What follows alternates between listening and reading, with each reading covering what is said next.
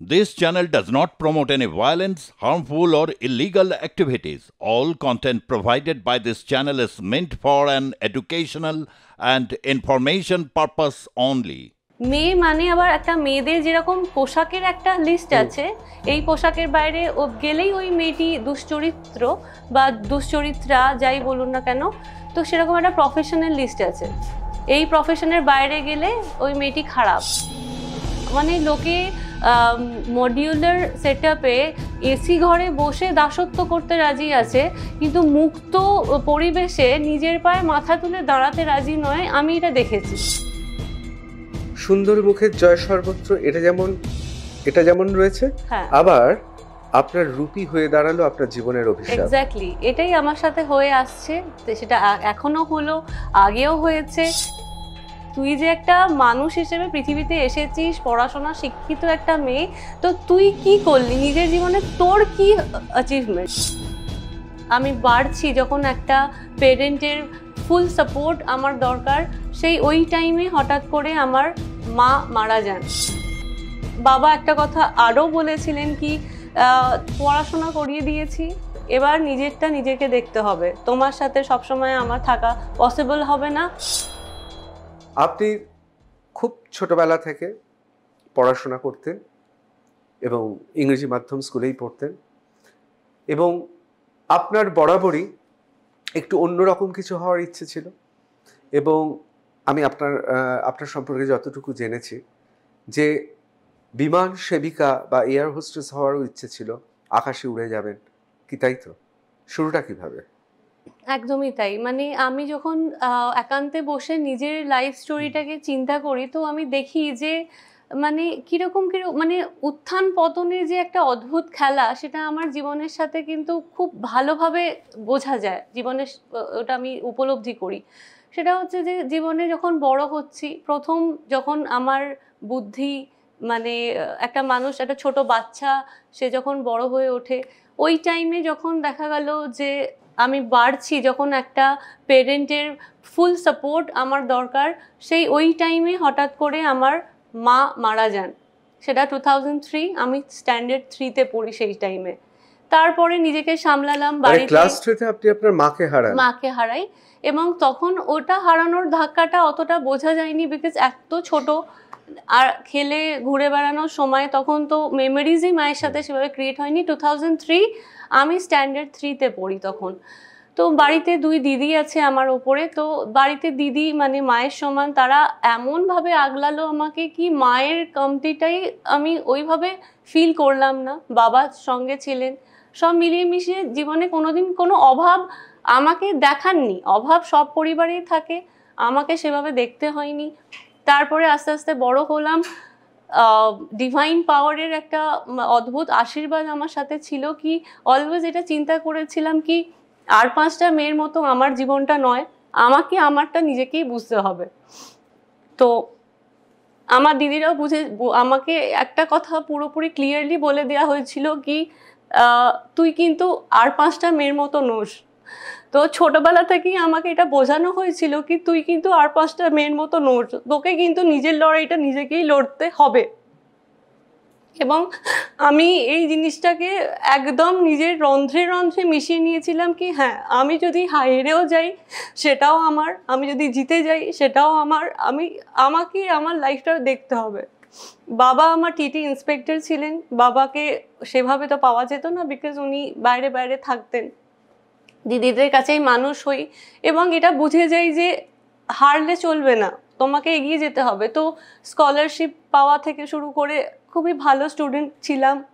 তো আস্তে আস্তে মনে হলো কি, বাবা একটা কথা আরও বলেছিলেন কি, পড়াশোনা করিয়ে দিয়েছি, এবার নিজেরটা নিজেকে দেখতে হবে, তোমার সাথে সবসময় আমার থাকা পসিবল হবে না। তো হতে পারো তুমি একজন মেয়ে রূপে জন্মেছো, কিন্তু তোমার লাইফের প্রত্যেকটা ডিসিশন তোমাকে নিতে হবে। সেখানে তুমি ভার্বাল আমার পাশ পাবে, কিন্তু তুমি সবসময় ভাববে না কি আমি তোমাকে সব সার্ভ করব সাজিয়ে। এবং আমার বাবা তারপরে এই সব কথা বলার পর তার সাথে একটা কথা আমার বারবার মনে পড়ে কি আমার বাবা এই কথা বলতেন যে আমি এই যে বাড়িতে আছিস, এই যে সবকিছু পড়াশোনা শিখিয়ে দিলাম, সবকিছু তো সাজিয়ে গুছিয়ে করা হলো, তো সবই তো ঠিক আছে, বাড়িটা তো আমার, তো তো তুই কি করলি? এই যে তুই যে একটা মানুষ হিসেবে পৃথিবীতে এসেছিস, পড়াশোনা শিক্ষিত একটা মেয়ে, তো তুই কি করলি নিজের জীবনে, তোর কি অ্যাচিভমেন্ট? তখন আমি চিন্তা করলাম সত্যি তো।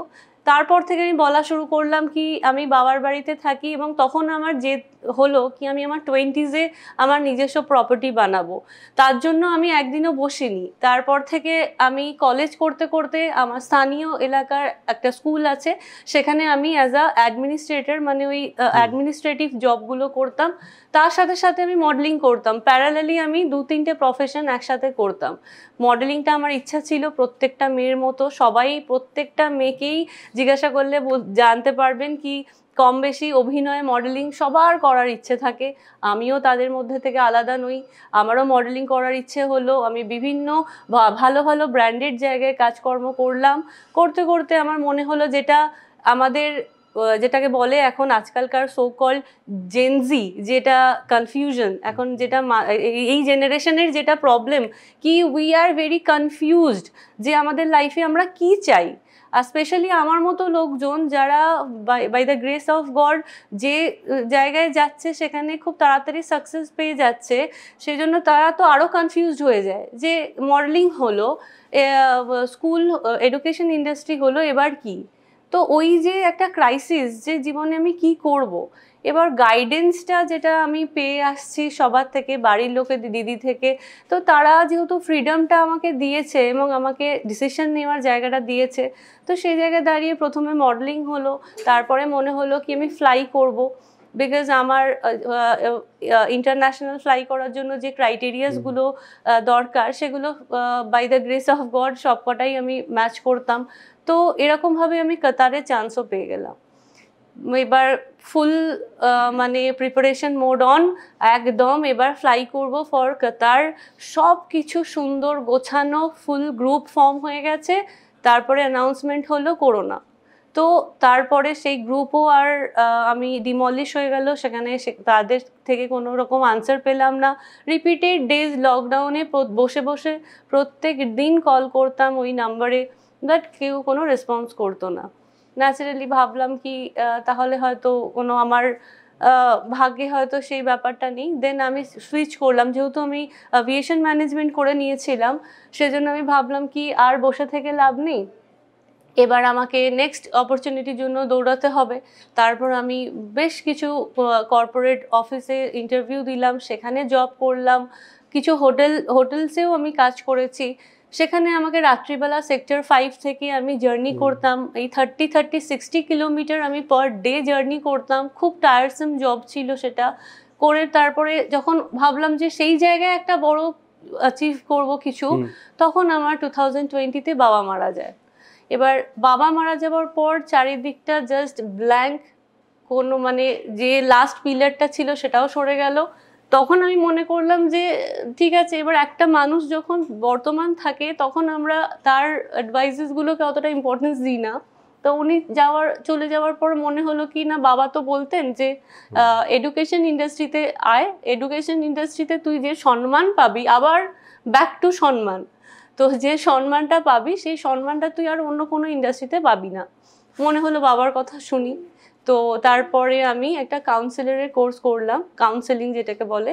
সেটা করার পর আমি আমার স্থানীয় এলাকায় একটা ইন্টারন্যাশনাল স্কুলে জয়েন করলাম।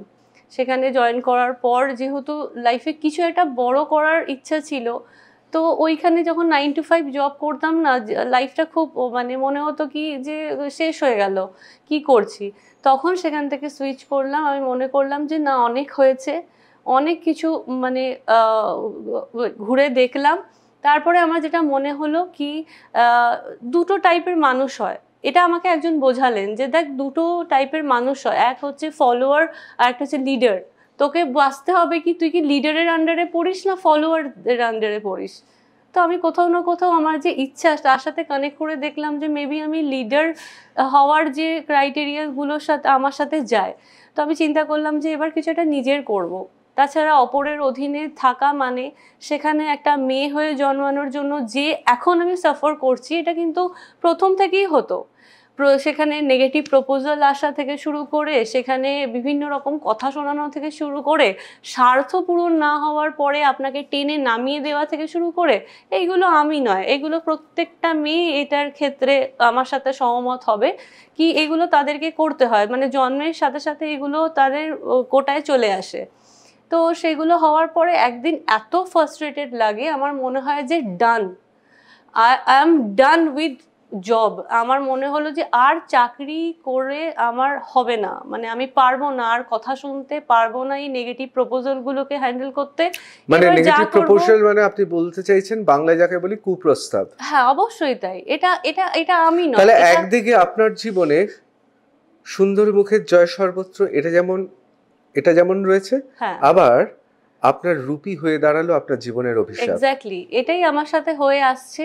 সেটা এখনো হলো, আগেও হয়েছে, এবং আগামী দিনে কি হবে সেটা আমি জানি না, বাট হ্যাঁ, দিস ইজ দ্য ফ্যাক্ট কি আমার তখন এতটাই ফ্রাস্ট্রেটেড লেগেছিল কি আগামী দিনে কি হবে আমিও জানি না, ভবিষ্যৎবাণী করতে পারবো না, কিন্তু আপনি যে সাহস এখন দেখাচ্ছেন ওই ছেদমস্তান যিনি আছেন তার দলবলের বিরুদ্ধে, আমার মনে হয় এরপর কিন্তু কেউ করার আগে কিছু বা কোনো প্রস্তাব দেওয়ার আগে দুবার ভাববে।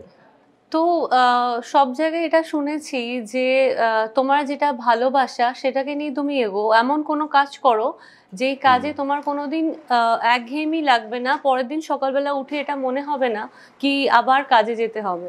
এই কথাটা আমাকে অনেক নক করেছে, কারণ আমি তো একটা টাইমে ডিপ্রেশনেও ছিলাম যে এবার কি করব, জীবনটা এইরকমভাবে চলছে, তো আমাকে তো একটা জায়গায় দাঁড়াতে হবে।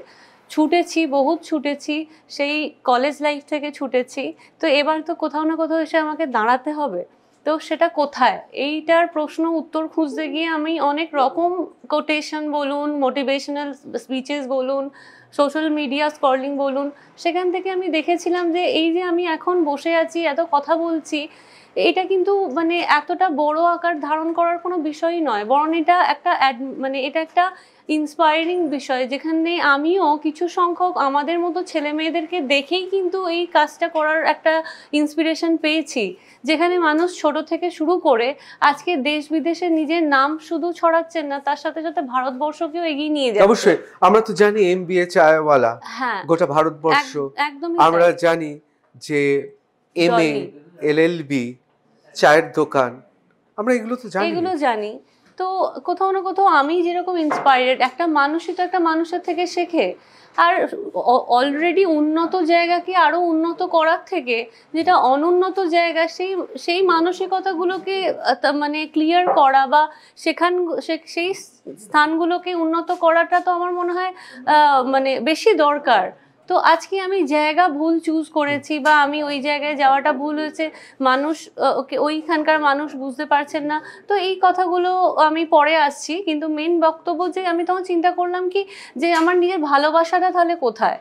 তখন আমি আস্তে আস্তে দেখতে পেলাম কি মেয়েদের আবার একটা প্রফেশনাল লিস্ট আছে, মানে মেয়ে মানে বিউটি পার্লার, মেয়ে মানে কোনো বিউটি রিলেটেড জিনিসপত্র, মেয়ে মানে বুটিক, মেয়ে মানে এই, মেয়ে মানে সেই, মেয়ে মানে আবার একটা মেয়েদের যেরকম পোশাকের একটা লিস্ট আছে, এই পোশাকের বাইরে গেলেই ওই মেয়েটি দুশ্চরিত্র বা দুশ্চরিত্রা যাই বলুন না কেন, তো সেরকম একটা প্রফেশনাল লিস্ট আছে। এই প্রফেশনের বাইরে গেলে ওই মেয়েটি খারাপ, যেটা আমি এখন দেখতে পাচ্ছি। তো আমি তো সেটা জানতাম না, তো আমি ভাবলাম আমি রীতিমতো চায়ের জন্য আমি পাগল, আমি ভালো শুধু বাসি না, মানে আমাকে আপনি যখন খুশি চায়ের যদি অফার করেন আমি না করতে পারি না। তো আমার মনে হলো যে ঠিক আছে, আমি যখন ভালোবাসা আছে, লোকজনের বক্তব্য ভালোবাসাকে নিয়ে এগো, তো আমি চা আর বিভিন্ন ধরনের আইটেমস আছে। আজকে আমি লাস্ট 2 মাস মুম্বাইতে ছিলাম, ওখানে টেরেন্স লুইসের কাছে আমি একটা ডান্স ডিপ্লোমা কোর্স করতে গেছিলাম। যে এটাও কিন্তু আমার কনফিউশনের একটা পার্ট ছিল। আমার মনে হয়েছিল যে আমি মডেলিং করেছি, এই করেছি, এবার আমি ডান্স করব। তো ন্যাচারালি আমি মুম্বাই যাই, সেখানে টেরেন্স লুইসের থেকে আমি ওনার থেকে সার্টিফিকেট আছে আমার কাছে, আমি একটা ডান্স একাডেমিও খুলতে পারতাম। কিন্তু আমার মনে হয়েছে যে আমি সেটা আমার কখনো ওই রকম চিন্তায় আসেনি। আমার মনে হচ্ছে আমি একটা ব্র্যান্ড করব, এমপ্লয়মেন্ট ক্রিয়েট করব। আমি তো কাউন্সিলরের জব করেছি, আমি তো লোকজনকে কাউন্সেলিং করেছি। তো আমার যদি ডিগ্রি যেহেতু রয়েছে, আমি তো লোকজনকে শিক্ষা দেব, ডান্স শেখাবো, সেগুলো তো আমি করতেই পারি। কিন্তু আমি চাইছিলাম কি এটা একটা কর্মক্ষেত্র তৈরি করা, যেখানে আমার সাথে সাথে আমার সাথে সাথে আরও বেশ কিছু মানুষজন কাজ পাবে, কাজ করবে। তো সেই অর্থে আমি ভাবলাম চাকে নিয়ে এগোই। চায়ের সাথে সাথে বেশ কিছু আইটেমস আছে যেগুলো আমরা বিভিন্ন মানে আপার লেভেলে আমরা সেগুলো না খেয়ে থাকি, টেস্ট করে থাকি। এই সাধারণ এইরকম ছোট ছোট যে মফস্বলগুলো, ওই মফস্বলের মানুষেরা কিন্তু ওইগুলো টেস্ট করেনি। তো আমি ভেবেলাম যে যদি সেই জিনিসটা ওনাদেরকে দেওয়া যায়, তাহলে তো ওনারা একটা অদ্ভুত, মানে ওনাদেরও একটা নতুন কিছু টেস্ট করার বা নতুন কিছু ফিল করার জায়গা হবে। আজকে আমরা KFC থেকে শুরু করে কত কিছু হয়ে গেছে, NFC, HFC, কত কিছু হয়েছে, মানুষ তো ভালোবাসছে। সেরকম আমার কাছেও বেশ কিছু আইটেমস ছিল যেগুলো আমিও অন্য দেশে গিয়ে, অন্য জায়গায় গিয়ে ট্রাই করেছিলাম। আমার মনে হয়েছিল যে আমি আমার বাড়ির পাশে মানুষ যাদের সাথে বড় হয়ে উঠেছি তাদের সাথে একসাথে শুরু করি না, তারপরে তো আছেই, তারপরে কলকাতার বাইরে বিদেশে তো আছেই। আমরা নিজের চারিদিকে যে পরিবেশটা আছে সেই পরিবেশটাকে উন্নত করি। সেই পরিবেশটাকে উন্নত করতে গিয়ে আমি যে মানে এত বাজেভাবে আমার সম্মানহানি হবে এবং আমার চরিত্র নিয়ে কথা হবে। কাজটা শুধু একটাই ছিল, আমি চা তৈরি করতাম দুটো ভাইকে নিয়ে।